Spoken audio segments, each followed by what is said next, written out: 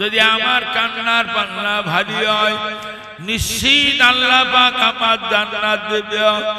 আমার জীবনে আমি কতটা হেসেছি, আমার জীবনের হাসিগুলো দাড়ি পাল্লায় আর একদিকে দেখতে। যদি হাসির পাল্লা ভারী হয় জগতের কোন পীরের বাপের ক্ষমতা নিয়ে আমার জান্নাতে নিয়ে যাবে।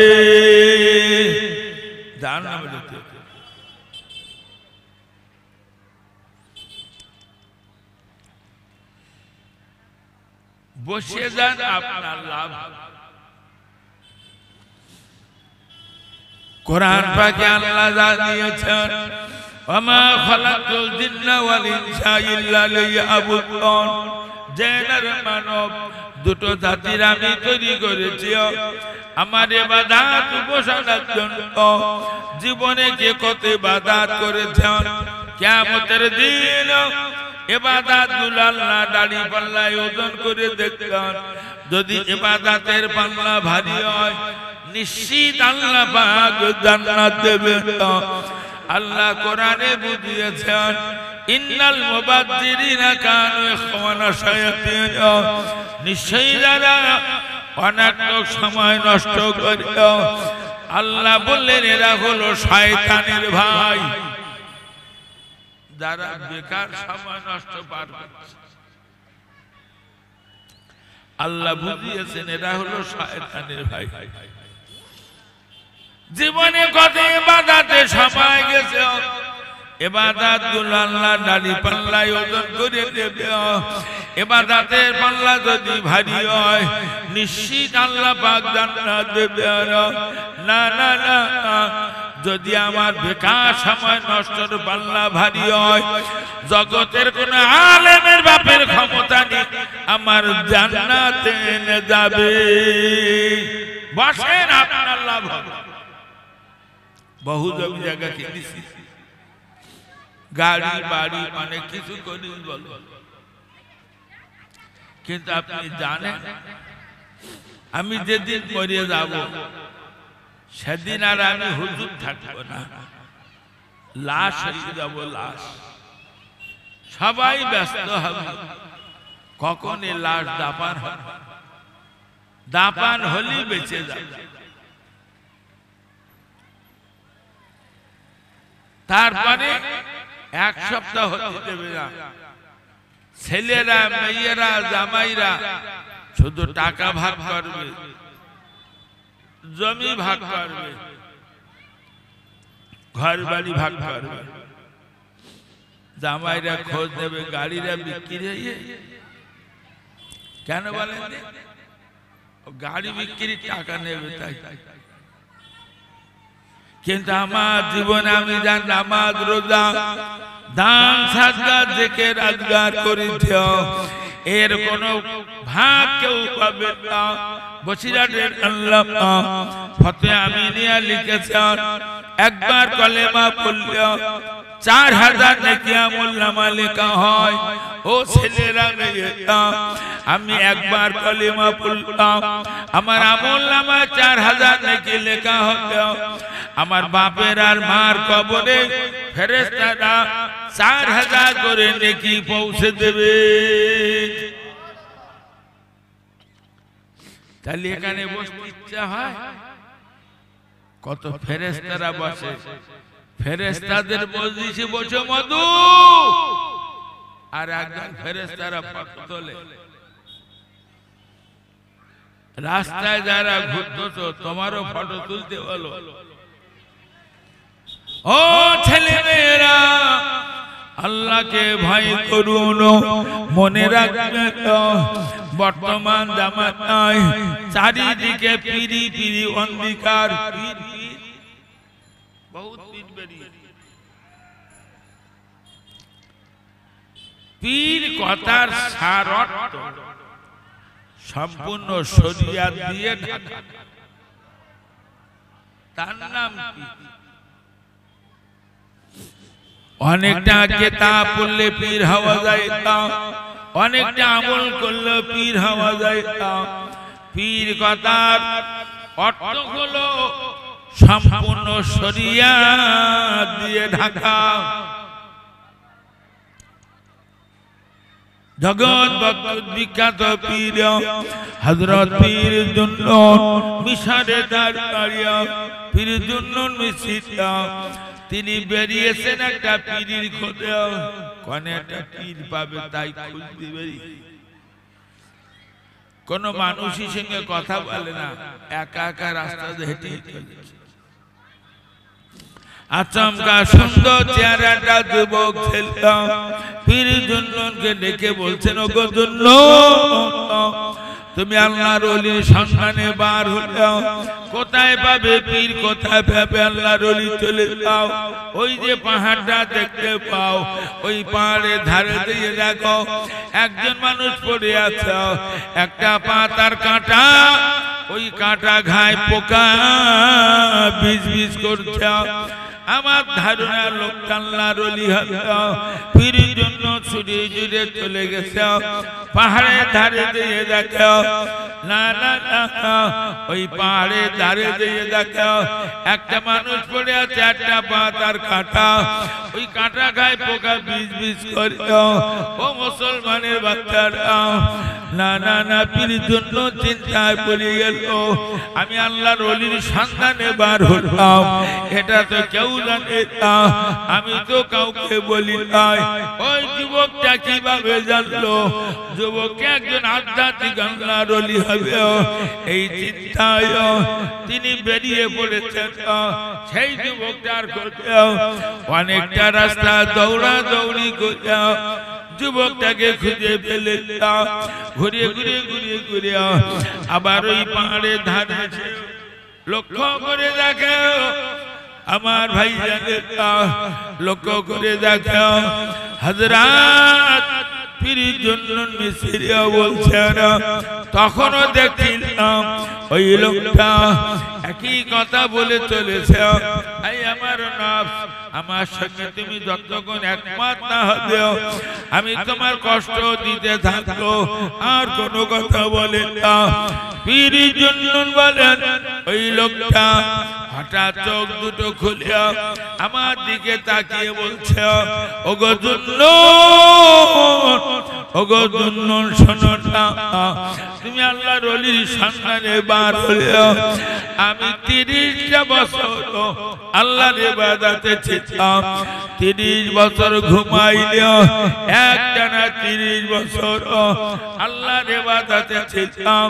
আর চমকা আমার সামনে দিয়ে একটা মহিলা হেঁটে যাচ্ছিল, ওই মহিলাটার সঙ্গে কথা বলার উদ্দেশ্যে একটা পা উঠাইলাম, আল্লাহর পক্ষ থেকে লাহা বললো, এই আমার বান্দা, ওই মেয়েটার সঙ্গে কথা বলার উদ্দেশ্যে একটা পা উঠাইলি, দ্বিতীয় পা যদি তুমি উঠাও তোমার 30 বছরের সাধনা মুখে ছুঁয়ে মারবো।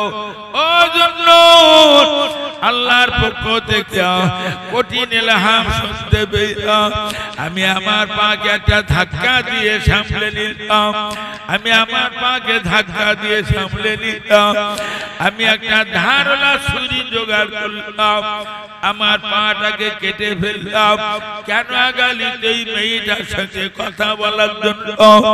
আমার 30 বছরের সাধনা তো প্রায় শেষ করে দিয়েছিল, এই জন্য আমি ওকে 30 বছর আবার পুনরায় পোকার খোরাক বানিয়ে রেখেছি। ভাই আমি কি বলছি যে আপনারা কি বুঝতে পারতেছেন? এই মহিলা সব লোক কিছু বলতে না তো, বলছে আমি কি বলছি বুঝতে পারছেন? তাহলে এই যে মেয়ে ছেলে ঘুরছে, এরা ছাড় পাবে না, আমরা ছাড় পাবো? এখানকার লোক তো সব ফুরফুরা সেলসেলার লোক নাকি?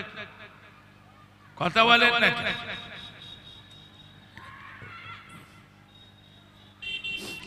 আমরা না কেউ ফুরফুরা সেলসেলার লোক, আমরা ফুরফুরার দাদা পীরি সেলসেলার লোক।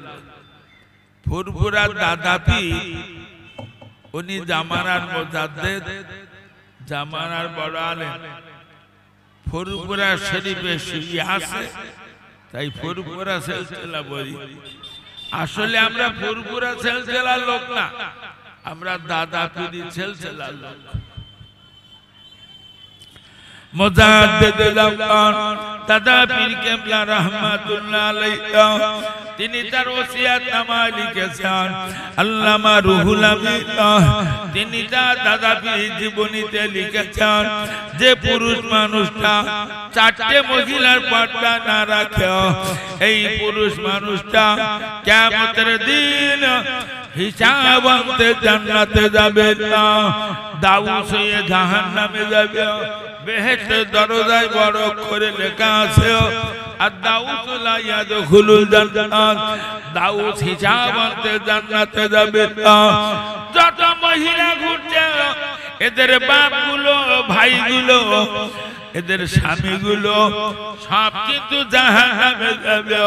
ও মুসলমানের না না না, আমি 5 ওয়াক্ত নামাজ জামাতে পড়ি, জীবনে 19 বার হজ করেছি, 21 বার উমরা করেছি, তবুও যদি আমার বিবি আমার যুবতী মেয়েকে পর্দা না রাখে আল্লাহ পাক আমার জান্নাতে দেবে না।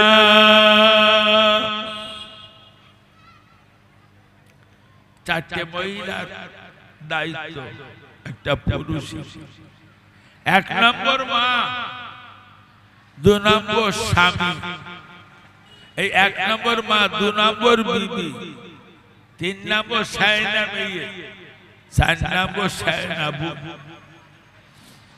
এই চারটে মহিলার যে পুরুষ পর্দা না রাখে ও যদি 21 বার হজ করে আর 19 বার উমরা করে আর জমাতে ছাড়া নামাজ পড়ে না তবুও জান্নাতে যাবে। বাস্তি যদি চাও মাহফিলে বসে যাও। বুখারী হাদিসে নবী বলেছেন দুনিয়া ও মাযরাতুল আখিরা, দুনিয়াটা হলো আখিরাতের জন্য শস্য খেত। ও ছেলে মেয়েরা আল্লাহ নবী বলেছেন এখান থেকে চাষবাস করে গুছিয়ে দাও, কবর আর কিয়ামতে তোমরা কি খাবে। আমরা এমন একটা জীব কিছু সময় না খালি থাকতে পারি রে, এরা বলো কবরে গিয়েও খাতে চান।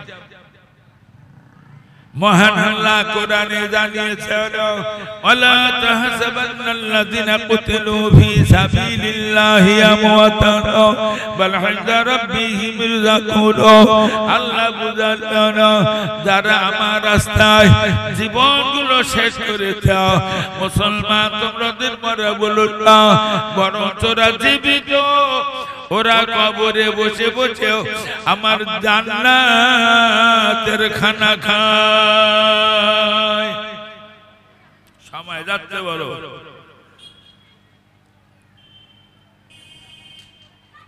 কেউ দাঁড়িয়ে অশ্বত্তি ভালোবাসে, কেউ মাহফিলে বসে অশ্বত্তি ভালোবাসে, কেউ চেয়ারে বসে অশ্বত্তি ভালোবাসে, কেউ খুঁটির গায়ে হেলান দিয়ে বসে অশ্বত্তি ভালোবাসে।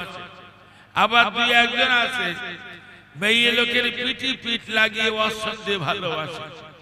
তা যে অবস্থায় পারো একমির অশ্বত্তি আমি গ্যারান্টি দিয়ে ওয়াজ করি, আমার এই ওয়াজ একবার তুই যদি কাজে লাগিয়ে কবরে যেতে পারিস একদম গ্যারান্টি তোর কবরে রহমত নাযিল হবে। যুবক আমার এই ওয়াজ একবার যদি হুড়ো মেরে কবরে যেতে পারিস একদম গ্যারান্টি তোর কবরে সেকেন্ডে সেকেন্ডে বাস পড়বে। কোন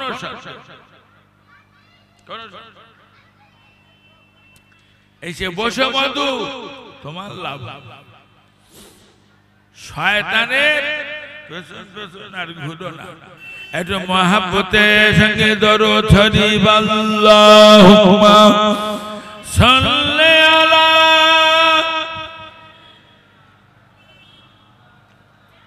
ওয়ালা আলি সাইয়্যিদিনা।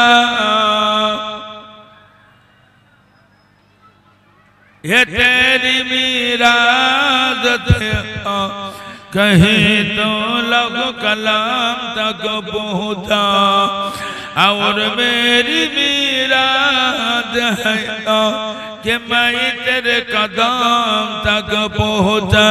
अल्लाहुम्मा सल्ले अला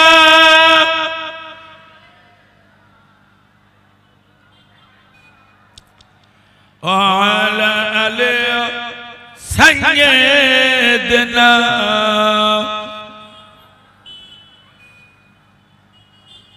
সোনার মালিকরা আল্লাহর ভয় করো। আল্লাহ পাক জানিয়েছেন যারা আমার রাস্তা জীবন শেষ করে কবরে গেছে ওদের কবরে আমি জান্নাতের খানা খাওয়াবো। কোরআনে লেখা আছে হিজবুশ শয়তান আল্লাহর দল আর শয়তানের দল। আল্লাহর রাস্তা শয়তানের রাস্তা। যারা আল্লাহর রাস্তায় সময় ব্যয় করেছে আল্লাহ কথা দিয়েছে ওদের কবরে জান্নাতের খানা খাওয়াবে। যারা শয়তানের রাস্তায় সময় দিয়েছে আল্লাহ নবী বলেছেন ওদের কবরে খাওয়াবে পূজা রক্ত।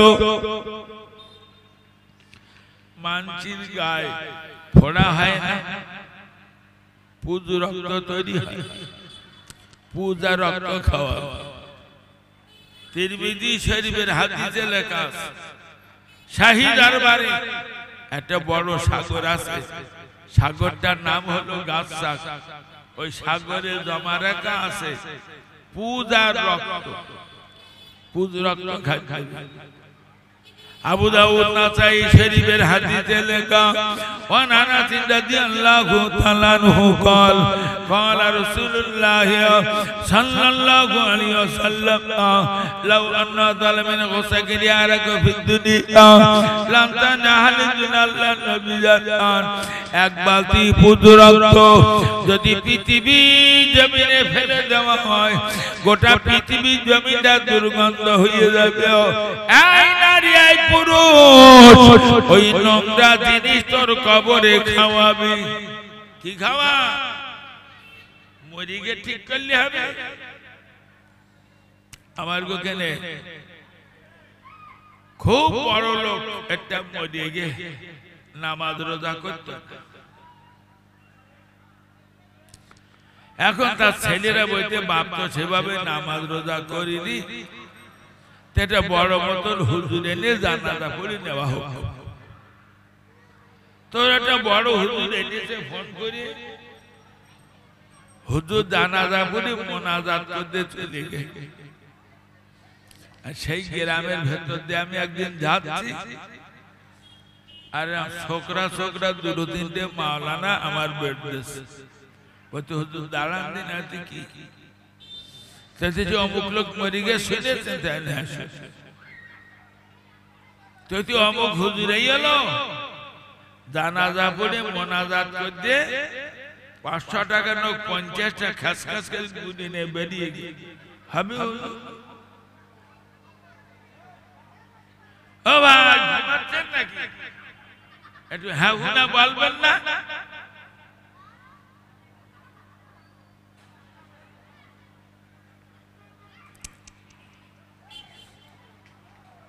আমি যে বললাম খোকা জানাজা মানে কি? আপনারা জানেন জানাজা মানে কি?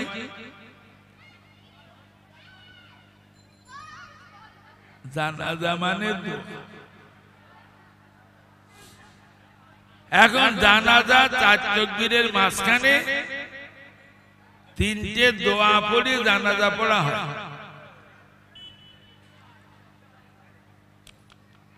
এখন কবর দেওয়ার পরে দোয়া হয় না, এদিক হয় না নাকি? 1 সপ্তাহ বাদে কোন কোন জায়গায় 4 দিনে সাহারামা করে। সাহারামা করা বেদাত দল করা যায়। 1 সপ্তাহ বাদে হাফেজ সাহেবদের মাদ্রাসার করা ছেলে কোরআন খতম করে আবার মোনাজাত করবেন, ভালো জিনিস। তবে এগুলো তদবির কথা বলে, ওর মনে শান্তি হইল। গ্রামের আশপাশের ১,৫০০ লোকের নেমন্তন্ন করে এক কলেমা খানি করি, এই কলেমা খানিতে লক্ষ লক্ষ টাকা খরচ করে এক সবরে, তাহলে আবার হয়নি বলো? আবার ২-৩টে মাওলানা দাউদ করি বাড়ি মিলাদ দে, বাড়ি মিলাদ দে, ওরা মানে মিলাদ শরীফ পড়িয়ে প্রায় ৫০০ লোক, ১,০০০ লোক আবার বিড়ালি করে খায়, আবার আবার এই যে বারবার দোয়া হচ্ছে, এতে করে বোঝা যায় এই তদবির করা হচ্ছে যাতে ওই লোকটা কবরে ভালো থাকে। এটা ভালো জিনিস করবেন, কিন্তু আপনারা জানেন তদবির আল্লাহর কালাম না ভাই, কিছু বলেন না। যে গাছে ফল হয় না তদবির লিখে ওই গাছে বেঁধে দিলে ফল হবে। যে গরু দুধ নষ্ট করতেছে বান মেরে, ওরে তদবির করে দিলে দুধ ভালো হবে। যে মহিলা শুধু মেয়ে বাচ্চা হয়, স্বামী দেখতে পান না, ও তদবির আছে বলো, তদবির করে দিলে ছেলে সন্তান হবে। এখন তদবির আল্লাহর কালাম, গাছে বাঁধলে উপকার পাবে, মানচির গলায় দিলে উপকার পাবে, তদবির লিখে গরুর গলায় দিলে উপকার হবে। বড় করে একটা তদবির লিখে যদি একটা বার তদবির শরীর গলায় ঝুলুনি হয় কিছু হবে? শরীর গলায় তদবির ঝুলিয়ে বেনামাজি বেরোজগার টিভি করো, টাস করো, নার করো, ভার করো, গান কর, এদের জানাজা পড়া, কুলখানি করা, দোয়া সামনে করা, মানে শরীর গলায় মাল্লি ঝুলানোর মতন হয়।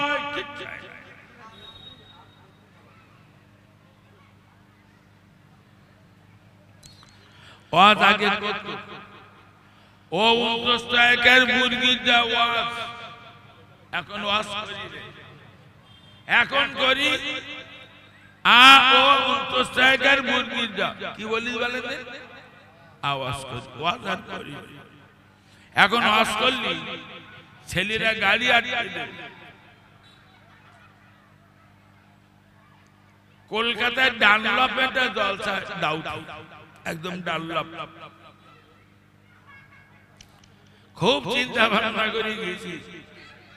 বসিরহাট থেকে ১৬ কিলোমিটার দক্ষিণে আমার বাড়ি, আর এই কলকাতায় আমার ওয়াজ চলবে। তা জিজ্ঞেস করি তো, হ্যাঁ হুজুর চলবে, আপনার ওয়াজ ক্যাসেট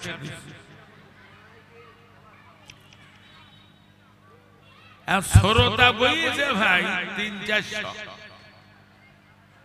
টুপি মাথায়, কিন্তু কারুর গায়ে পাঞ্জাবি নেই, লুঙ্গি নেই, সব শুট আর শার্ট।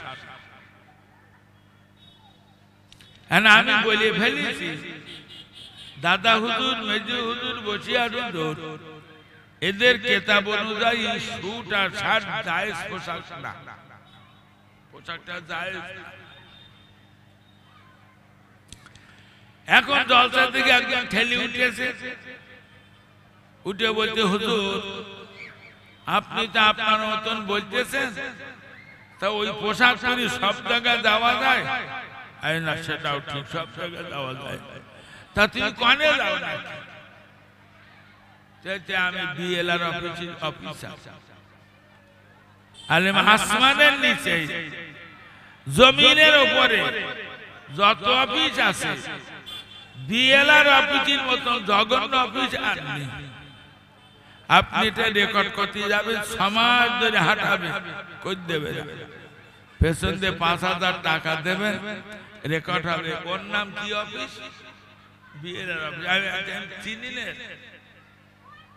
তা তুমি অফিসে যাও কি গাড়িতে যাও মোটর বাইক আচ্ছা মোটর বাইকের সামনে কিছু লেখা আছে ওতে কি লিখবো আচ্ছা পুলিশের মোটর সাইকেলের সামনে পুলিশ লেখা থাকে তা তোমার মোটর সাইকেলের সামনে তুমি লিখলে না কেন অফিসার না আমার ছেলেটা স্টিকার মেরে রেখেছে তাতে লিখেছে ইট ইজ দ্য স্টাইল তাহলে তোমার গাড়ি স্টাইল দেওয়া গেল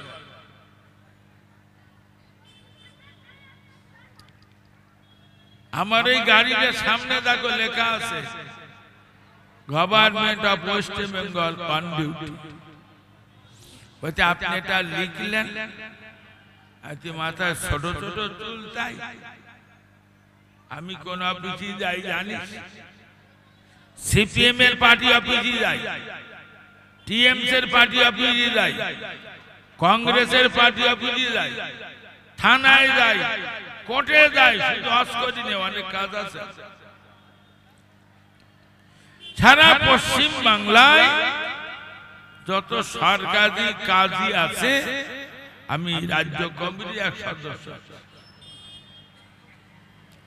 উত্তর 24 পরগনায় যত সরকারি কাজে আছে আমি ইউনিয়নের সভাপতি আমি না অনেক অফিসে যাই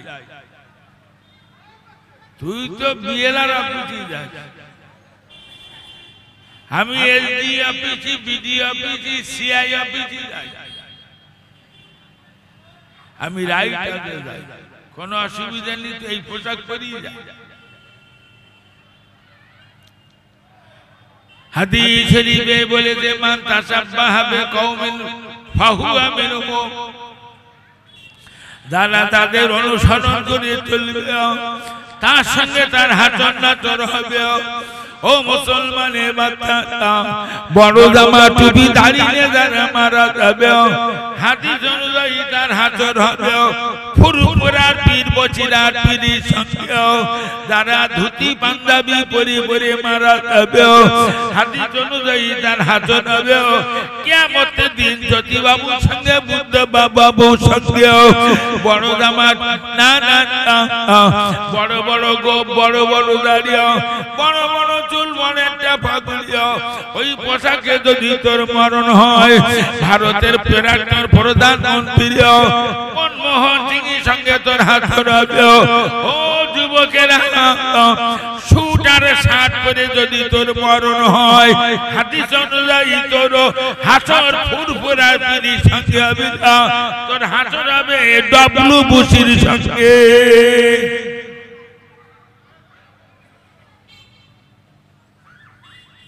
কোথায় যাবি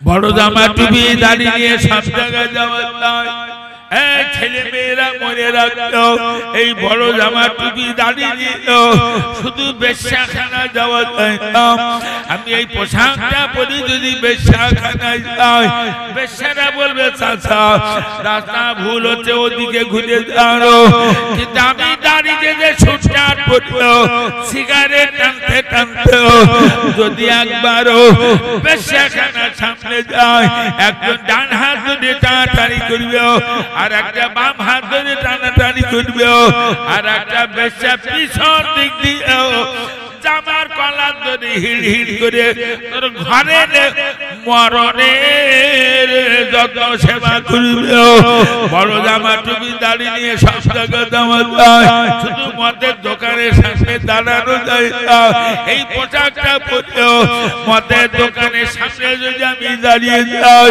দোকানদার বলবে চাচা যে জিনিস নেওয়ার জন্য কান দাঁড়িয়েছে পাবেন ও চাচা চলে যাও কিন্তু আমি দাঁড়িয়েছে শুধু শার্ট পরে বিড়ি টানতে টানতে একবার যদি মদের দোকানে সামনে যাই আমার যত্ন করে চেয়ারে বসাবে এক বোতলের জায়গায় 4 বোতল মদ খাওয়াবে মদের সঙ্গে 500 আঙুর খাওয়াবে আমি মোটর বাইক নিয়ে কিছুদিন যাব মোটর বাইক হাতের থেকে পড়ে যাবে 2-5 ঘন্টা অজ্ঞান হয়ে পড়ে থাকো দেশের কুকুরগুলো আমার নাকে মুখি মাইনাস করে ফিরে যাবে বড় জামা টুপি দাঁড়িয়ে সব জায়গায় যাওয়া যায় 3 রাস্তার পরে 4 রাস্তার পরে গভীর রাতে 4 জন বসে বসে টাস পিটায় ওই টাসের আড্ডায় যদি আমি বসে যাই একজন বলবে চাচা এখানে বসো না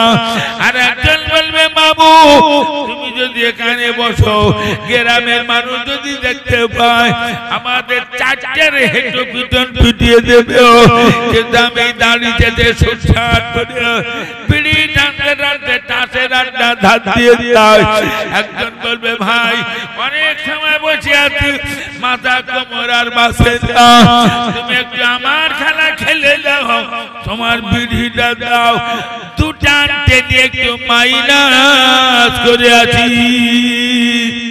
বলছি আপনাদের ঘুম লেগছে নাকি বলছি ওয়াজ ওয়াজ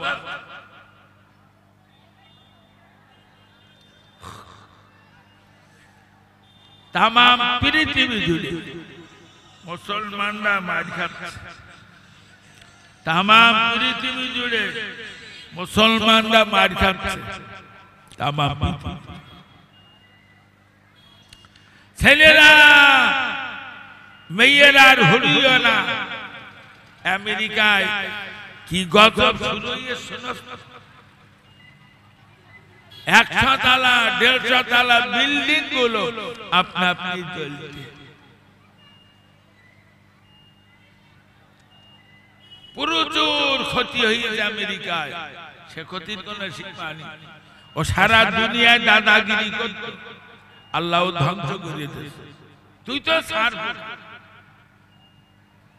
আমেরিকার বিনা হুকুমে কেউ বলো একটা অ্যাটম বম কেনার ক্ষমতা নেই আমেরিকার বিনা হুকুমে কোন দেশে ক্ষেপণাস্ত্র কেনার ক্ষমতা নেই ওই শয়তানের অনুমোদন লাগে ওখানকার বৈজ্ঞানিকরা আবার বলছে সাগরের তলায় একটা আগুনের ঝলক উঠছে খুব শিগগিরই সেটা আমেরিকায় বের হবে পাকামো তুমি ইসরায়েলিতে ধুলিসাৎ করে দেছো আফগানিস্তানকে যেখানে কত নবী আছে সেখানে তুমি বোমার উপরে বোমা মারছো সব আমেরিকার দেওয়া বোমা আল্লাহ আমেরিকার আর ইসরায়েলি ধ্বংস করে দাও জোরে বলেন আল্লাহুম্মা আমিন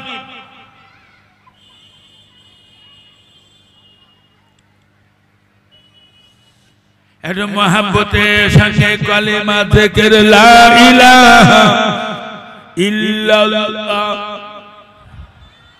জোরে জোরে পড়ে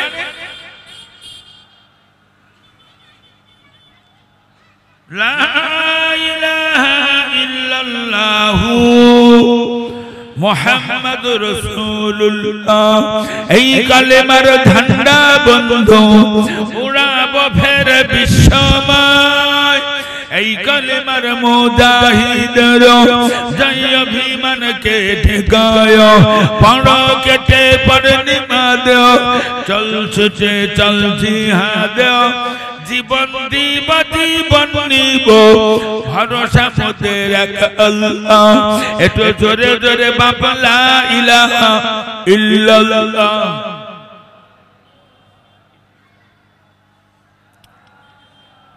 লা ইলাহা ইল্লাল্লাহ মুহাম্মাদুর রাসূলুল্লাহ আল্লাহুম্মা সাল্লি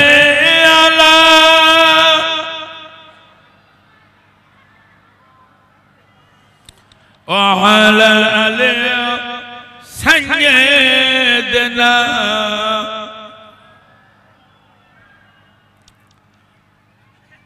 সোনার মানিক আল্লাহর ভয়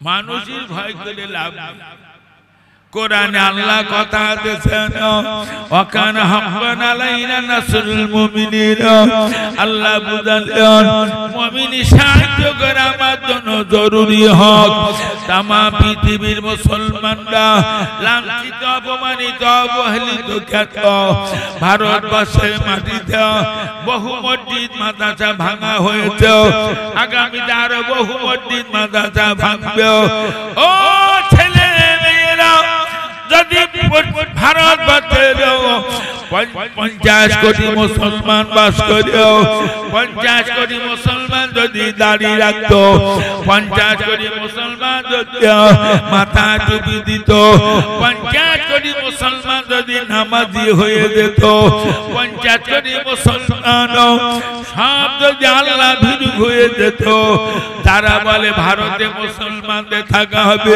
না এ কথা বলা তো দূরের কথা 50 কোটি মুসলমানের নতুন জামার মতন যত্ন নিত দোষ লোকে দিলে হবে আগে নিজে সামনে বহু মসজিদ ভেঙেছে আগামীতে বহু মসজিদ ভাঙবে সিদ্ধান্ত চলছে তবে ভাঙরটা তো পাকিস্তান মতো এরা মনে করতে এখানে কিনতে হবে আমেরিকার মতন দাদারে পুড়িয়ে জ্বালিয়ে দেশ বলো আল্লাহর পক্ষ থেকে গজব নাযিল হবে দিল্লিতে আবার বিজেপি জিতে গেছে বলো দিল্লিতে আবার কি খেলা খেলে দেখো তাজমহলটাকে ভাঙবে দিল্লির জামে মসজিদ ভাঙবে কত আলোচনা চলছে আল্লাহ নবী বলেছেন যে জামানার মুসলমানেরা সীমা লঙ্ঘন পাপ করিবে যে জামানার মুসলমানেরা সীমা লঙ্ঘন অন্যায় করিবে ওই জামানে আমার আল্লাহ পাক মাসেকে লেলিয়ে যে মুসলমানদের ক্ষতি করবে ও ছেলেরা মেয়েরা আমরা আল্লাহর ভয় করি না না শুধু পাপের কাজে সবাই আমরা লিপ্ত পাপের সঙ্গে সংগ্রাম পাপের প্রতিযোগিতা চলছে বলছে কেডা কতটা পাপ করেছে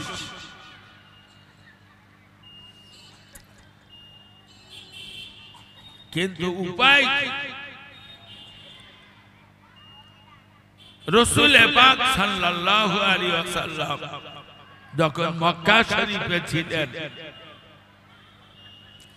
মদিনা থেকে একদল মানুষ মক্কায় এসে নবীর হাতে কলেমা পড়ে মুসলমান হয়েছিলেন ওদের ভিতরে একজন নেতা ছিল তার নাম হযরত সাদ বিন মুআয রাদিয়াল্লাহু তাআলা সাদ বিন মুআয নবীকে অনেকবার বলেছেন হুজুর মদিনায় চলেন এদের এই অত্যাচার সহ্য হয় নবী বলতেন ধৈর্য ধরো বাবা আল্লাহর হুকুম হলে চলে যাও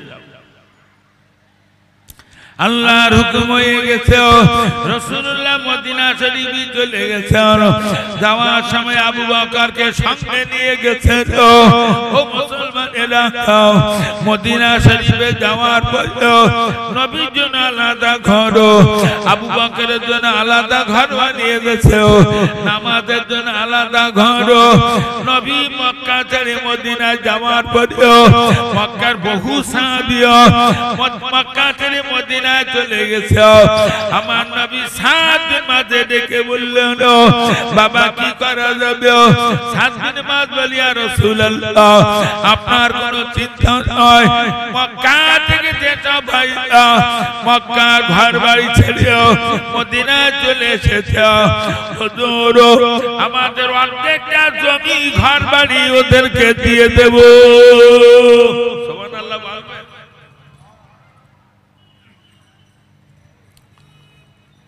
এই ভাঙড়ের রাস্তার ধারে কেউ এক বিঘা জমি দেবা আমি তাহলে উঠিয়ে আসি ওদিকে দেবে কেউ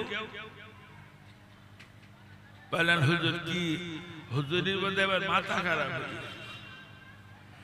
অর্ধেকটা জমি অর্ধেকটা ঘর বাড়ি দিয়ে দিচ্ছে সাত দিন বাদ বলি ইয়া রাসূলুল্লাহ এরা বিবি বাচ্চা ফেলে রেখে এসেছে হুজুর আমাদের যা দুটো তিনটে করে বিবি হুজুর আমরা সুন্দরী বিবিগুলোকে তালাক দিচ্ছি আমার বিদেশি ভাইদের সাথে বিয়ে দেব ও মুসলমানের বাচ্চারা মদিনার মানুষ এত উদার হুজুর আমার মদিনা জমিনে কাটাইয়েছেন একটা না 8 মাস নবী একটা মিষ্টি হাসি মুখে ছিলেন হঠাৎ আজ এক সপ্তাহ হলো আমার নবীর মুখে কোন হাসি নাই নবীর মনটা মলিন চেহারাটা কালো হয়ে গেছে ফজরের নামাজের পরে আবু বকর ওমর ওসমানকে ডেকে বললেন চলো আমরা মদিনার বাইরে চলে যাই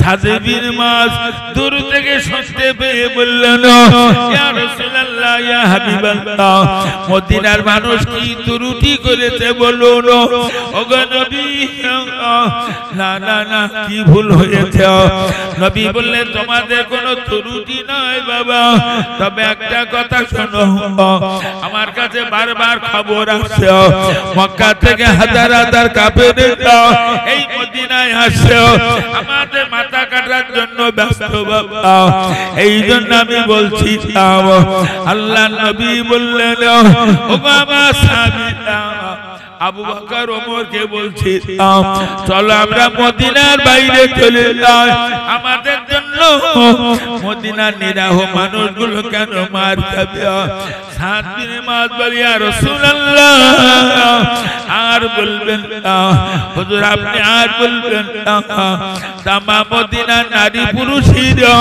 যত অর্থ আছে সব আপনার কদমে দিয়ে দেবে এরা নবী দেবে তামাম মদিনার নারী পুরুষ এদের দেহের রক্তগুলো আপনার কদমে দেবে হুজুর এরা নবী দেবে ইয়া রাসূলুল্লাহ ইয়া হাবিবাল্লাহ তামাম মদিনার নারী পুরুষের জীবনগুলো আপনার কদমে দেবে নবী এরা নবী দেবে না এরা সব দেবে নবী দেবে না হুজুর বলছেন যদি তাই বলো তোরা তো আস জিয়াদের একটা মোকাবেলা তো করতে হবে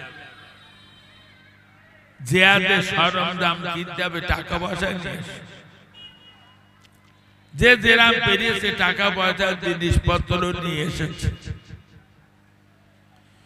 রাসূল পাক সাল্লাল্লাহু আলাইহি ওয়াসাল্লাম সর্বপ্রথম জিহাদ করেছে তো বদরের জিহাদ বদরে পেরাতে নবী সাহাবীরা এমন একটা তাবু তৈরি করেছে না না মুসলমানেরা আল্লাহর নবী সাহাবীরা তাবু করেছে কাফেররাও তাবু তৈরি করেছে উভয় পক্ষের দূতের সঙ্গে আলোচনা হলো আজকে কোন জিহাদ হবে না আগামীকাল সকাল থেকে জিয়াদত ও ছেলে মেয়েরা নবী বললেন তাবুতে বিশ্রামে দাও সবাই বিশ্রামে দাও একজন সাহাবীকে আসো সারা রাত আমাকে পাহারা দেবে আমি সারা রাত ঘুমাবো না আল্লাহর কাছে সারা রাত ধরে কাঁদবো সাদ বিন মায রাদিয়াল্লাহু তাআলা আনহু উঠে পড়লেন ইয়া রাসূলুল্লাহ আপনাকে পাহারা দেওয়ার জন্য আমি সারা রাত রহিলাম এত মর্যাদা সম্পন্ন সাদ বিন মায ইন্তেকাল করেছে রাসূলুল্লাহ তার জানাজা পড়তে যাই মিসমিস করে হাসছে সাহাবীরা বলছেন আপনি হাসছেন বলে বাবা আমার জীবনে এমন জানাজা পড়ি নাই সাত বিন মাঝের জানাজা হয় আমি দেখতে পাচ্ছি 70,000 ফেরেশতা শরীক হয়ে গেছে ও মুসলমানেরা সাত বিন মাঝের জানাজা সাত বিন মাঝের ইন্তেকাল আল্লাহর আরশটা ঠক ঠক করে কেঁপে উঠেছে আমি রাসূলুল্লাহ জানাজা করলাম তার কবরস্থ করার পর নবী কবরে ধারে দাঁড়িয়ে জোরে জোরে তাকবীর পড়ছেন আল্লাহু আকবার আল্লাহু আকবার সাহাবীরা বুঝতে না পেরে তাকবীর বললেন নবী সুবহানাল্লাহ সুবহানাল্লাহ বললেন সাহাবা হুজুরা সুবহানাল্লাহ সুবহানাল্লাহ বললেন সাহাবীরা বলে ইয়া রাসূলুল্লাহ কি ব্যাপার ওগো নবী আপনি কেন তাকবীর বললেন সুবহানাল্লাহ বললেন নবী বলে বাবা সাত দিন মাঝের কবরে দেওয়ার পরে তার কবরকে সংকীর্ণ করা হয় আমি রাসূলুল্লাহ জোরে জোরে তাকবীর পড়ায় বরকতে তার কবরটাকে আল্লাহ পাক কোষাদা করে দিয়েছেন তাই শেষে সুবহানাল্লাহ বলিলাম আচ্ছা নবী কবরে ধারে দাঁড়িয়ে তাই কবরকে সংকীর্ণ করা হচ্ছে আর এরা নাকি বড়টা হুজুরদের জানাজা পড়িয়ে মোনাজাত করে দিলি সাজ পাবে কেনা বলে তো নবীর চেয়ে বড় হুজুর রাসূলুল্লাহ নিজে চাচি আম্মা হযরত আমার ভাইয়ানের নাম তার ফাতেমা রাদিয়াল্লাহু তাআলা আনহা উনি ছিলেন আবু তালেবের বিবি আবু তালেব ইসলাম কবুল না করলেও আবু তালেব ইসলাম কবুল না করলেও আবু তালেবের বিবি ইসলাম কবুল করেছিল রাসূলুল্লাহ তার ইন্তেকালে পরে জানাজার নামাজ পড়েছেন তার কবর দেওয়ার পরে কবরকে সংকীর্ণ করা হয় আল্লাহর নবী বলেন এই কবর না না না আমার জননী এর ইন্তেকালে পরে আমার এই চাচি আম্মা আমাকে মায়ের মতন সেবা যত্ন করেছে এমন ব্যবহারটা করলে হবে ও ছেলেরা মেয়েরা কবরের ভয় কত কিয়ামতের ভয় কত খুব একটা মানুষ কবর থেকে ছাড় পাবে নবীর প্রধান বিবি খাদিজা রাদিয়াল্লাহু তাআলা আনহা কোটি কোটি কোটি কোটি টাকা সব নবীর কদমে বিলীন করে দিয়েছে রাসূলুল্লাহ বেঁচে থাকতেও খাদিজা ইন্তেকাল করেছেন খাদিজার কবর দেওয়ার পরে আমার নবী বললেন খাদিজার কবরকে সংকীর্ণ করা হয়েছে ও মুসলমানের বাচ্চারা আল্লাহর নবী বলে কবর খাদিজা 25 বছর ধরে আমার খেদমত করেছে ও কবর তুমি শান্ত হয়ে যাও আমার নবী দেখতে পেয়েছেন বলে বলেছেন আমরা কবরের ধারে যেয়ে বুঝতে পারি না ও আমার সোনার মানিকরা মনে রাখবেন এক হুজুর আজ করেছেন লা ইলাহা ইল্লাল্লাহু মুহাম্মাদুর রাসূলুল্লাহ যে বলে মরে যাবে ও জান্নাত এটা হাদিস বল এই কি বল একটা হাদিস মানবা তোর যে নবী বলেছে কলেমা বলে মরলে জান্নাতি সেই নবী আবার হাদিসই বলেছে এক ওয়াক্ত নামাজ বাদ গেলেও 2 কোটি 88 লক্ষ বছর জাহান্নাম তোর যে নবী বলেছেন কলেমা পড়ে মরলে জান্নাতি সেই নবী আবার হাদিসে বলেছেন একটা রোজা বাদ গেলেও 2 কোটি 88 লক্ষ বছর জাহান্নাম তোর যে নবী বলেছেন কলেমা পড়ে মরলে জান্নাতীয় সেই নবী আবার হাদিসে বলেছেন একবার মদ খেলে 10,000 বছর জান্নাত তোর যে নবী বলেছেন কলেমা পড়ে মরলে জান্নাতীয় সেই নবী হাদিসে বলেছেন একবার ব্যভিচার করলে 10,000 বছর জান্নাত তোর যে নবী বলেছেন কলেমা পড়ে মরলে জান্নাতীয় সেই নবী হাদিসে বলেছেন একটা মিথ্যা কথা বলার জন্য 10,000 বছর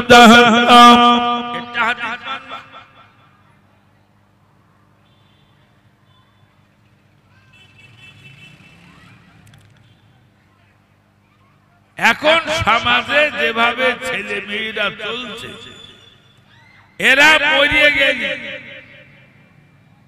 মক্কা থেকে যদি পীর এনে জানাজা পড়ানি হয় কবর ঠান্ডা হবে না সাবধান হয়ে যা বাবা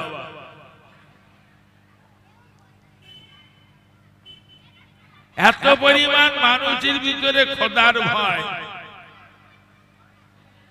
প্রায় জুমায় একটা রোগ হয়েছে 2 রাকাত জুমার ফরজ নামাজ পড়ে একদল মুসল্লি বাড়ি যাচ্ছে আপনাদের এখানে এই রোগ কথা বলেন না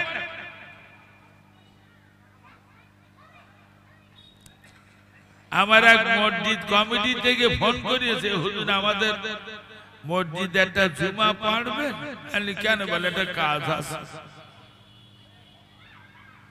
তা বলেছি অমুক জুমায় যাব গেলি বলতে এইসব কাজ করতে হবে কিছু টাকার দরকার কিছু টাকা দেন তা আমি কিছু সময় বক্তৃতা করে টাকা তুলেছি তুলে এইবারে ইমাম সাহেব খুতবা পড়ে নামাজ পড়িয়ে যাচ্ছে এখন মুসল্লি তো যাওয়ার গেছে ইমামরাও বেরিয়ে মুয়াজ্জিনরা পাশে আছে তোমার ইমাম সাহেব কোথায় গেল বলতে হুজুর ইমাম সাহেব ফতোয়া দিয়েছে যে ফরজ নামাজ মসজিদে পড়ো বাকি নামাজ বাড়িয়ে পড়ো হ্যালো ধন্যবাদ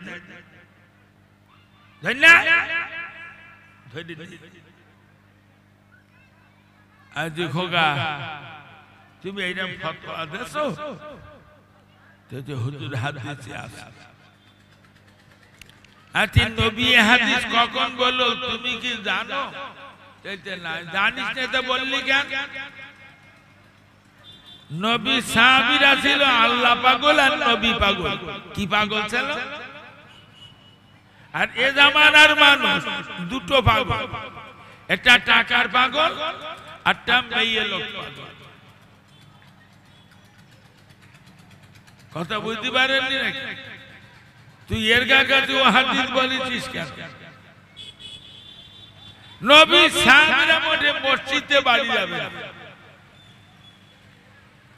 বড় একজন সাহাবী আবু হুরায়রা রাদিয়াল্লাহু তাআলা আনহু ওনার মতন অত হাদিস কেউ বর্ণনা করেনি হযরত ওমর কয়েকদিন খেতে পায় না ক্ষুধা যন্ত্রণায় কোমরটা সোজা করতে পারে না আল্লাহর নবী বলেন এই আবু হুরায়রা বাড়িতে যাও বাবা একটু খাওয়া দাওয়া করে এসো এইভাবে কানে কানে পড়ে কষ্ট পাও আবু হুরায়রা বলে ইয়া রাসূলুল্লাহ আমি বাড়ি যেতে পারি না তবে একটা শর্ত যতক্ষণ পর্যন্ত না ফিরব আপনি একটা হাদিস বর্ণনা করবেন না ও কি নিয়তের মানুষ ওরা এরা কি বাবা মসজিদে চলো কত ভালোবেসে গায়ে হাত বুলিয়ে মসজিদে ঢুকেছি তুই এক হাদিস নে বলে সব মসজিদে বের করে দিচ্ছিস ফুরফুরার পীর আবু বকর আল্লামা রুহুল আমিন এরা দেশের শ্রেষ্ঠ আলেম ছিল না এসব লোক কথাই বলে না ঘোড়া আল্লাহ কবরে দিয়েছে আল্লামা রুহুল আমিন 25,000 কিতাব কণ্ঠস্থ করেছিলেন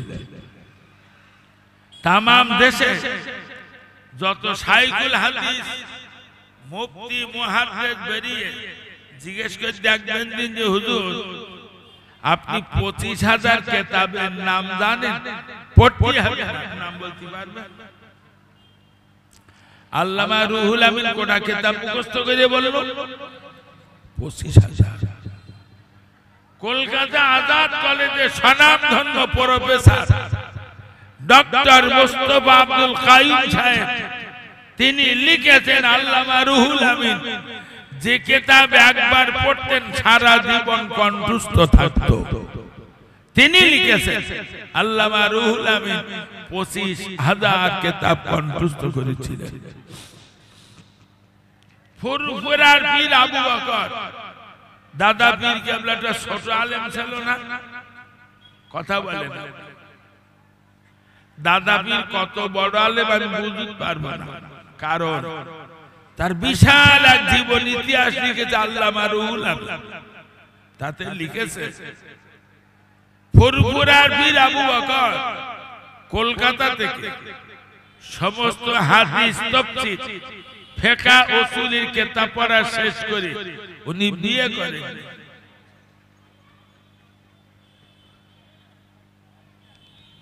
আমাদের ছেলেরা তো বুখারী পড়তে পড়তে ফোনে ফোনে বের করতে, ফুরফুরার পীর সমস্ত হাদিসের কিতাব পড়া শেষ করে বিয়ে করে। উত্তরসূরি যোগাযোগ ছিল, মদিনা শরীফে চলে গেছে। মদিনার মসজিদ নববী শরীফে রাসূলুল্লাহর মাজার, নবীর মাজারের পাশে বসে ফুরফুরার পীর আবু বকর 16 বছর ধরে হাদিস তাফসীর ফিকহ উসুল রিসার্চ করেছেন, তাহকিক করেছেন। এত বড় আলেম তিনি হয়েছিলেন। সেই জামানে সৌদির গভর্নমেন্ট সৌদির উলামাদের নিয়ে আলোচনা করে দাদা পীর কেবলাকে 40টা হাদিসের সনদ সহ বাংলা রত্নকে বাংলা জমিনে ফিরিয়ে দিয়েছেন। তারপরে ফুরফুরার পীর বিয়ে করেছে।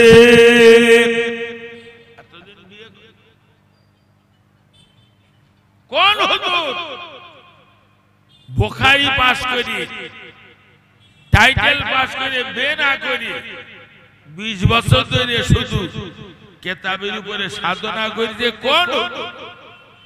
এই জন্য ফুরফুরার বিষয় কত বড় আলেম আমি বলতে পারবো, বুঝে না।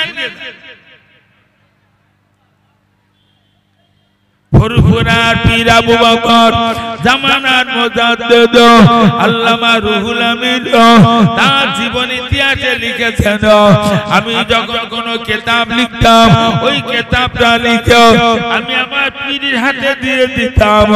তিনি জামানার বড় ওলি, তিনি জামানার মুজাদ্দিদ, তিনি জামানার বড় আলেম। আমার কিতাবগুলো পড়ে শুনে বুঝে আমাকে ছাপাতি বললে ছাপাইয়ে দিতাম।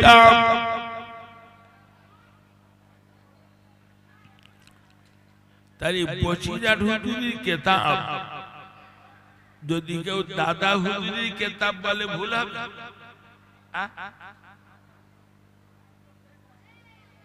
বলছি বসিরহাট হুজুরের লেখা কিতাব কেউ যদি বলে ও দাদা পীরের কিতাব, ভুল হবে? দাদা পীর কেবলা আল্লামা রুহুল আমিন তারা কিতাবের ভিতরে লিখেছেন জুমার দিন জুমার ঘরে 22 রাকাত নামাজ পড়ো। 22 রাকাত নামাজের নিয়ত লিখে দিয়েছে। तमाम भारत মাঠের মাটিতে মাওলানা আশরাফ আলী থানভী উলামা দেওবন্দিদের ভিতরে বড় আলেম ছিলেন। ও ছেলে মেয়ের মাওলানা আশরাফ আলী থানভীর লেখা কিতাব আমার ঘরে আছে। ওই কিতাবে লিখেছেন জুমার দিন জুমার ঘরে ঢুকে 2 রাকাত তাহিয়াতুল ওযুর সুন্নাত নামাজ পড়ো। মাওলানা আশরাফ আলী থানভী লিখেছেন 2 রাকাত দুখুলুল মসজিদে সুন্নাত নামাজ পড়ো। মাওলানা আশরাফ আলী থানভী লিখেছেন 4 রাকাত ক্বাবলাল জুমা সুন্নাত নামাজ আদায় করো। ইমামের পিছনে 2 রাকাত জুমার ফরজ নামাজ আদায় করো। আশরাফ আলী থানভী লিখেছেন না না না, থানভী সাহেব লিখেছেন 4 রাকাত বাতিল জুমা সুন্নাত নামাজ পড়ো। 4 রাকাত আখিরি যোহরের নামাজ পড়ো। 2 রাকাত জুমা সুন্নাত পড়ো। 2 রাকাত নফল নামাজ পড়ো।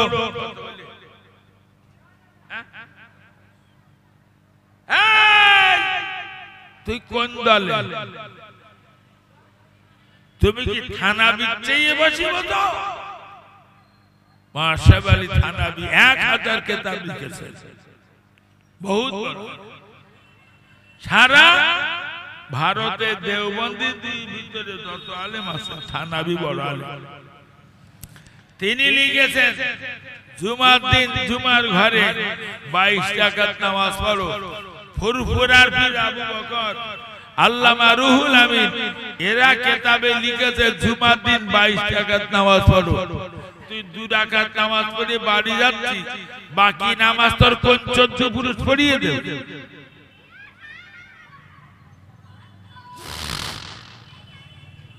থানভীর কিতাবে আছে আখিরি জোহরের নামাজের নিয়ত মতো লিখে দিন, আমার বাড়ি যাবেন কিতাবটা দেখি। মোহাব্বতে সঙ্গে দরুদ শরীফ আল্লাহুম্মা সাল্লি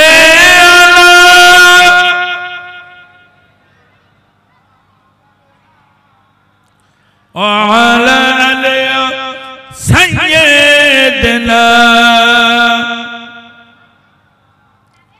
ये साथ है गुलाब का बाग जो जुदन की खुशबू आती है, जब इंसान पढ़ती है सुबह शाम में तस्बीह तो दन दन की खुशबू आती है।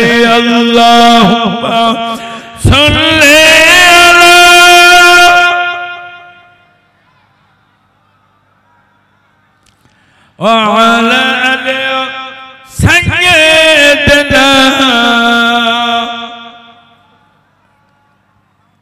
যে কথা বুঝাচ্ছিল বর্তমান সময়ে কি নারী কি পুরুষ আল্লাহর ভয় করে চলছে, এই মানুষটার সংখ্যা কম।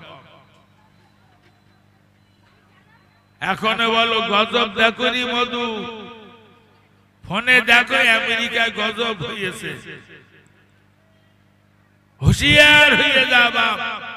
আল্লাহর গজব তাড়াতাড়ি নাজেল হয়, আর যখন গজব নাজেল হয় তাড়াতাড়ি বন্ধ হয়। আল্লাহর ভয়।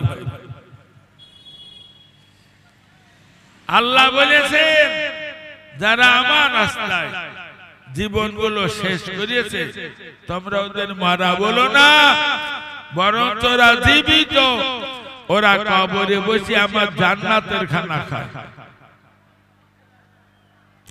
ও ছেলে মেয়েরা, ভারতবর্ষের একজন বড় আলেম মাওলানা আব্দুল্লাহ লাখনবী রাহমাতুল্লাহ আলাইহি লাখনৌর মাটিতে একটা মাদ্রাসা তৈরি করেছেন।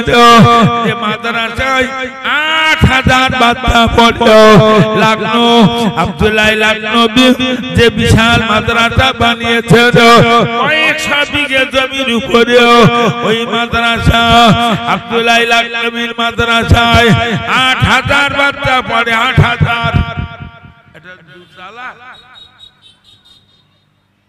ও মুসলমান ভাইয়েরা, আব্দুল্লাহ লাখনবী 7 বছর বয়সে হাফেজ কুরআন, 7 বছর বয়সে হাফেজ কুরআন।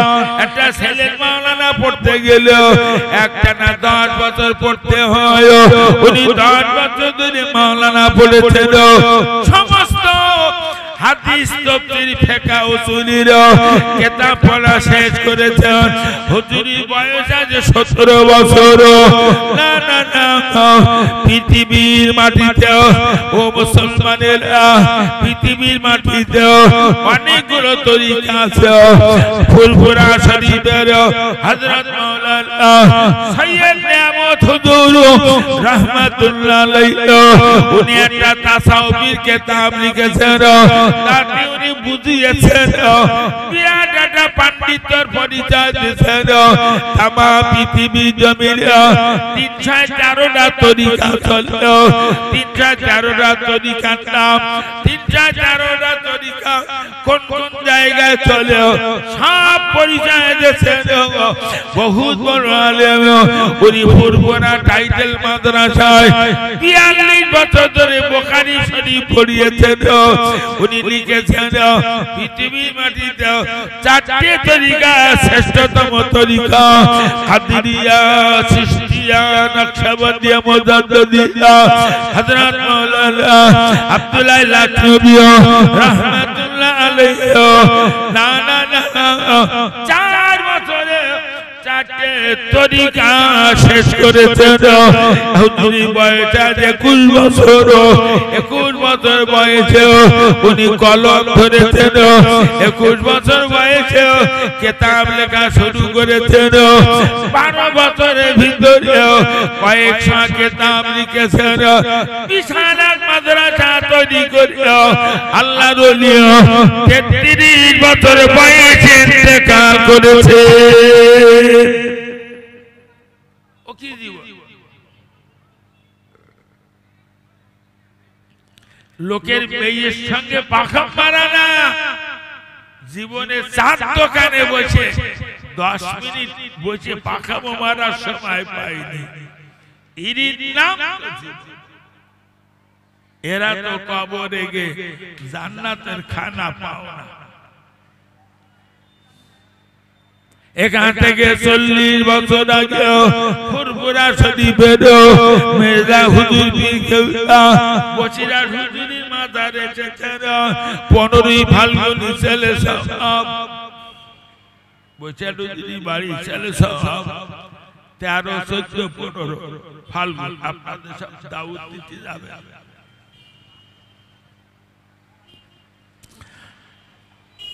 আমি যখন মেজি হুজুরের মুরিদ ছিলাম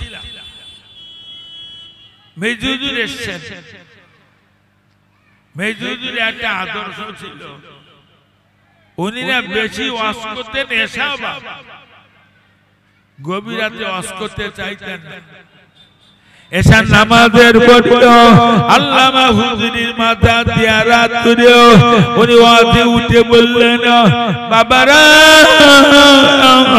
ওখান থেকে 40 বছর আগে হুজুর বলছেন এখান থেকে 40 বছর আগে আমি বড় মাওলানা হুজুরের জানাজার ইমামতি করেছিলাম বাবা বড় মাওলানা হুজুরের জানাজার ইমামতি করেছিলাম কলকাতা ঝাউতলা রোডে 10,000 লোককে নিয়ে আমি 40 বছর পরে তার কবরের ধারে দাঁড়িয়ে দিব্যি চোখে দেখতে পাচ্ছি আজকে 40 বছরের ভিতরে বড় মাওলানা হুজুরের কাফনের কাপড়ের রং পরিবর্তন হয় না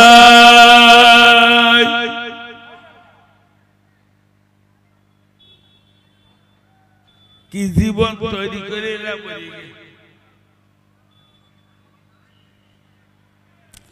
দাদা পীর কেবলা জীবনীতে আল্লামা রুহুল আমিন লিখেছেন তারা সেই জামানায় এখান থেকে 150 বছর আগে এই দেশের মাটিতে 1100 মসজিদ আর 800 মাদ্রাসা তৈরি করে কবরে গেছেন ফুরফুরার পীর বছিরা হুজুর 1100 মসজিদ করে তবে 1100 মসজিদ সব এক জায়গায় করল না ভাই এক গ্রামে করল হয় কত হাজার গ্রাম ঘুরি ঘুরি এই মসজিদ গুলো করেছে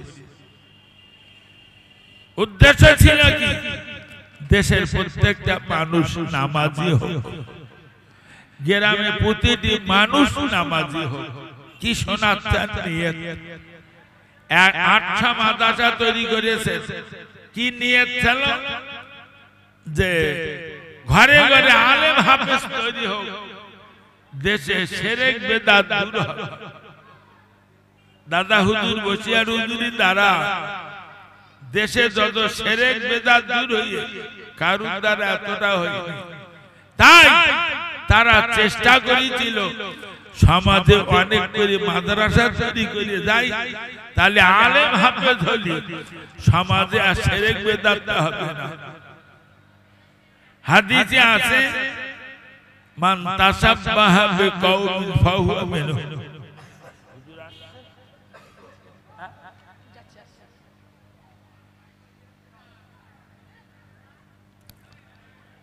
ভবানীপুরের মতো জায়গায় মালঞ্চ ব্রিজ পার হয়ে 15 কিলোমিটার রাস্তা ভবানীপুর মাদ্রাসা তৈরি করেছে কয়েক কোটি টাকার বিল্ডিং করেছি, কয়েক কোটি টাকা। এই মাদ্রাসায় বুখারী এবার 30টা ছেলে বুখারীতে পাগড়ি এনেছে। আগামী বছর আমরা মুফতি বিভাগ খুলছি এবং আরবি আদব সাহিত্যের ক্লাস খুলছি এবং কারি খুলছি। জীবনের বিরাট বড় আশা নিয়ে মাদ্রাসা করেছি। আল্লাহ যেন কিয়ামতের দিন কোন নেতা খেতা ছেড়ে হাঁটন নাচন না করে ফুরফুরার বীর আবু বকর আল্লামা রুহুল আমিনের সঙ্গে যেন হাঁটন নাচন করে, এই চিন্তায় মাদ্রাসা। আর সমাজে কিছু উপযুক্ত আলেম তৈরি করে যাব। আল্লাহর অফুরন্ত রহমত আপনাদের দোয়ায় আমার অনেক ছাত্র, তারা সব ভালো ভালো আলেম হয়ে বড় বড় কিতাব পড়াচ্ছে আমার ছাত্ররা। আপনাদের কাছে এই মাদ্রাসার জন্য দোয়া চাচ্ছে, দোয়া করে। মাদ্রাসার জন্য ছেলে চাচ্ছি, ছেলে দেবেন। গতকাল মুর্শিদাবাদ জেলায় জলসা ছিল। মুর্শিদাবাদে অনেক ছেলে আছে আমার, বিভিন্ন জেলার বাচ্চারা মাদ্রাসায় পড়ছে। আপনাদের কাছে মাদ্রাসার জন্য দোয়া চাচ্ছি, মাদ্রাসার জন্য ছেলে চাচ্ছি। যদি পারেন সামনে রমজান মাস আসছে, একটা যাকাতের টাকা ভবানীপুর মাদ্রাসা দেবে।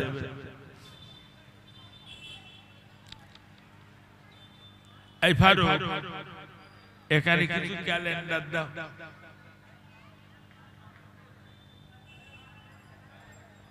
বহুত আলোচনা করেছি, যদি কিছু ত্রুটি হয় মাফ করে দেবে, দোয়া করবেন। যা আলোচনা করি তার চেয়ে আমলটা যেন বেশি করতে পারি। খুব জোরে তাকবীর দেন, নারায়ে তাকবীর। জোরে বলেন নারায়ে তাকবীর। সিলসিলাই মুজাদ্দিদে জামান, সিলসিলাই মুজাদ্দিদে জামান ফুরফুরা শরীফের মুহাদ্দিস সাহেব হুজুর কিবলা, ফুরফুরা শরীফের মুহাদ্দিস সাহেব হুজুর কিবলা, নারায়ে তাকবীর। যারা এখনো রাস্তায় ঘুরছো, শয়তানের সঙ্গে না ঘুরে ফেরেশতাদের এই মাহফিলে বসো। ফুরফুরা শরীফের হযরত মাওলানা আমজাদ হোসেন হুজুর তিনি এসেছেন। তিনিও দীর্ঘদিন ধরে ফুরফুরা টাইটেল মাদ্রাসায় হাদিস পড়ার বিরাট পাণ্ডিত্য রাখে। তার জ্ঞানের কথা ভেতরে জীবিত